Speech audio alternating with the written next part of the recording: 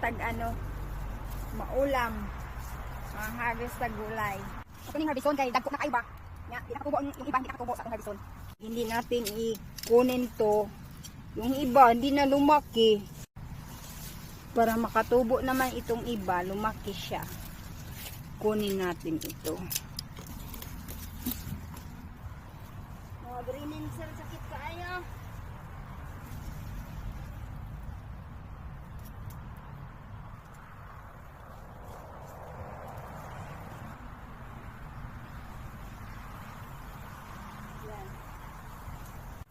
So, ito yung na-harvest ko.